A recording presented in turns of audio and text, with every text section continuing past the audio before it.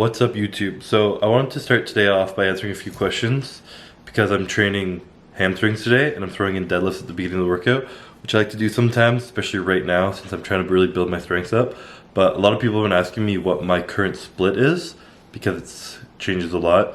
And so here it is. I wrote it down because I never remember. I go legs, chest, back, off day, hamstrings, shoulders and arms, and then off day again. So I do that, repeat. That's a 7-day repeat. So I'm only training every body part really once a week. Sometimes I'll throw arms in, like triceps on chest day or biceps on back day, something like that, to get a little more arms because I have small arms. But right now the goal is to take 2 days off every single week and only train things once a week, obviously. And splitting up legs like I do, having quads at the beginning of the week and then hamstrings a little bit later on, is probably the best decision I ever made. Because I used to go into leg workouts and just be like, okay, get a heavy movement out of the way, and then one more heavy movement, and then do little quads, and then I finish with little hamstrings. And I always neglected doing hamstrings at the end because mentally to think about training that much is stressful, to say the least. Like, your legs are like the biggest part of your body, so why train both parts in one day? Doesn't really make sense, but I've done it my entire life until now, and I guarantee you my workouts are much shorter and much more intense because just mentally I'm not like stressing about having to do hamstrings after killing my whole entire body. So that's been good, and I definitely recommend trying that if you're currently on a bro split where you train quads and hamstrings in one day. Helps a lot for sure, especially if you have legging hamstrings. A lot of people have really bad hamstrings, overpowering quads, and that's probably the reason why, because they throw hamstrings at the end of their workout and they just kind of neglect it. Same with calves, but calves you can throw at the end of your workout because they're smaller muscle. But I train those twice a week, on quad day and on hamstring day, because we all want to look good in shorts. Second question a lot of people ask me is if I wear a weight belt and why I wear a weight belt, etc, etc.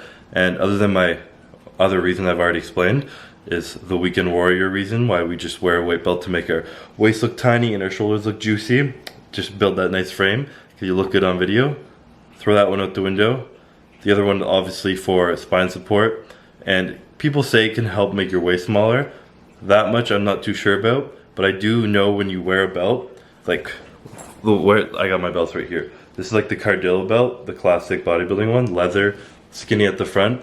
When you wear these, you kind of force yourself when you're walking around breathing to hold your stomach in yourself because it's uncomfortable to kind of let it hang in over the belt. So that action right there is like you're constantly pulling in. That's like creating a mind muscle connection with your abs.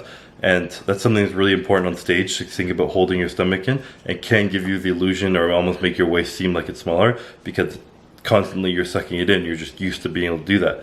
Most people can't hold that for a very long time, especially on stage, which is why you see some bodybuilders' stomachs distending and stuff like that because they don't have enough abdominal control to keep it in. So wearing a belt can actually help with that if you think about it, unless I've never seen anyone who just wears the belt and lets their belly hang into it because it's really uncomfortable and hard to breathe.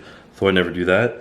But when I'm training stuff that's not too heavy, maybe some rows or like really just, yeah, really only on back day, or maybe if I was doing standing military press, I'll wear my skinnier belt here, the classic bodybuilding belt, and it just provides a little bit more support to your spine.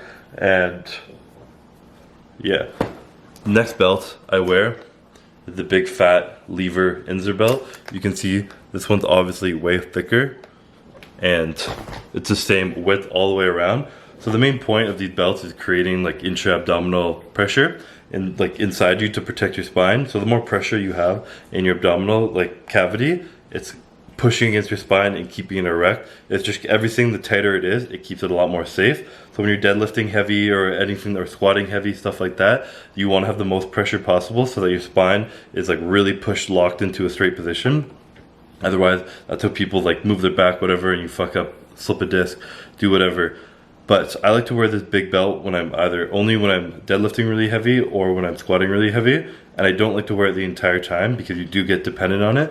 So I'll work up to like 80% of the weight I'm getting up to or whatever. Like say today I went up to like 6 plates. I'm gonna try 6 plates today, by the way. I'll probably start wearing it when I get to 5 plates. So I'm gonna do 405 deadlift with no belt, just kind of get used to it, get my body moving without the belt, and then when I get 5 plates, I'm gonna put the belt on because now things are getting a little heavy and I need a little bit more safety in me. But yeah, so personally, that's kind of why I wear a belt. kind of brief description why. 2 belts I have, this Cardillo classic belt, and then the Inzer lever belt. And I shit you not, this thing will hurt the first couple times you wear it. I get bruises on my ribs because it's so thick at the front, and my rib cavity right here isn't that big. So if you buy one and it hurts like a bitch, trust me, you just gotta get used to it.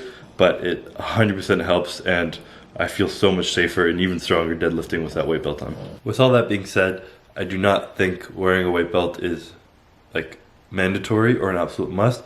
I think if you're a bodybuilder or an athlete or something and you've never worn a belt in your entire life and you're thinking of getting one, if you're strong and not in pain, you've never had any injuries or whatever, I say don't bother. You know, it is a bit of a crutch for some people. Unless you're lifting super heavy and you're like a power lifter and stuff, I don't think it's absolutely necessary. Especially if you're an athlete, like playing sports, I don't think you should really wear one at all because you're not wearing one when you're playing sports. Just in my opinion.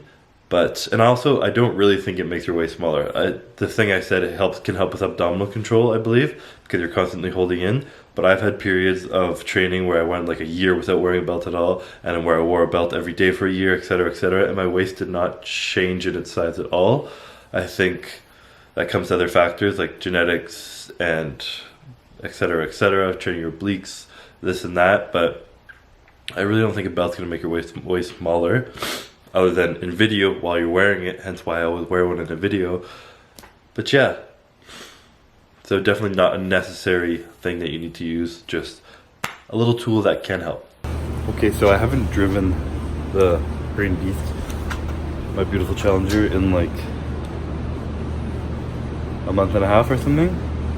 I've been trying to get in here every month and kind of drive it around my parking lot. I have a really big underground parking garage that's heated, so every little like month or so I'll get in the car and I'll drive it around in circles in here for like 20 minutes just to keep it alive, keep the battery charged and all that good stuff. I didn't want to disconnect the battery because that can be bad for some of the computers on this car, and I didn't bother with the trickle charger because I had heard that it wasn't needed.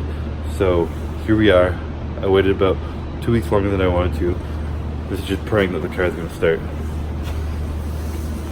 I won't use the key start, just in case that scares me. But I will cry if this does not start already.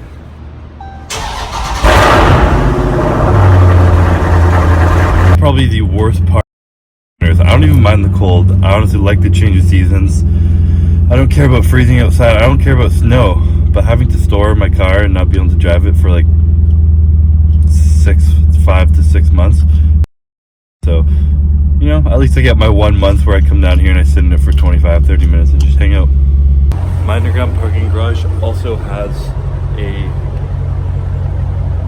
car wash built to do it, like a hand car wash, so pretty lit.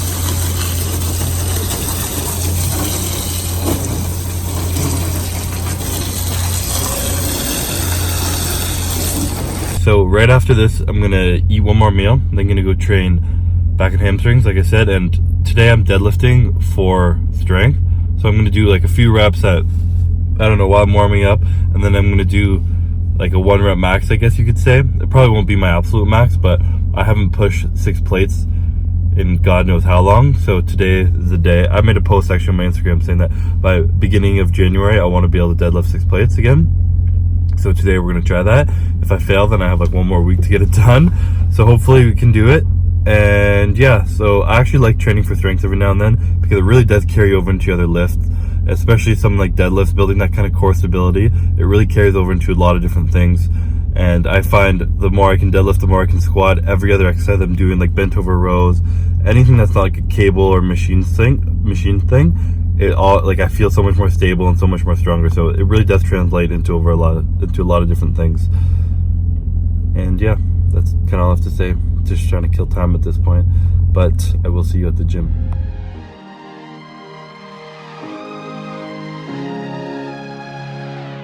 When I saw you, I would lose control. Made me feel like there was no tomorrow. Should've told you that you're beautiful, but the days pass and now it's so long ago.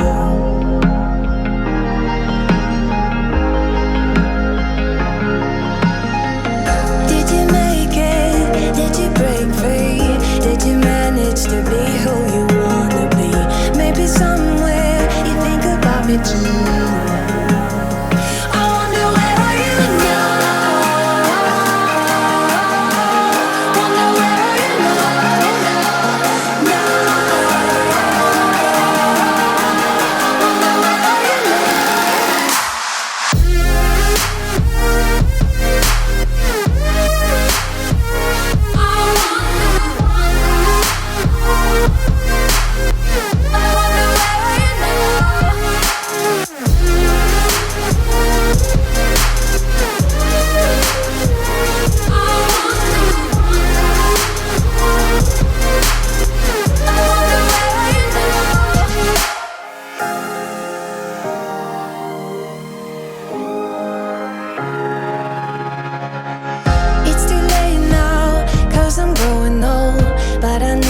to deal with my sorrow. Just a memory, just a broken frame, and I know that I have no one else to blame. And I know that I have no one else to blame. Did you make it? Did you break free? Did you manage to be who you wanna be? Maybe somewhere you think about me too. I wonder where are you now? Wonder where are you now?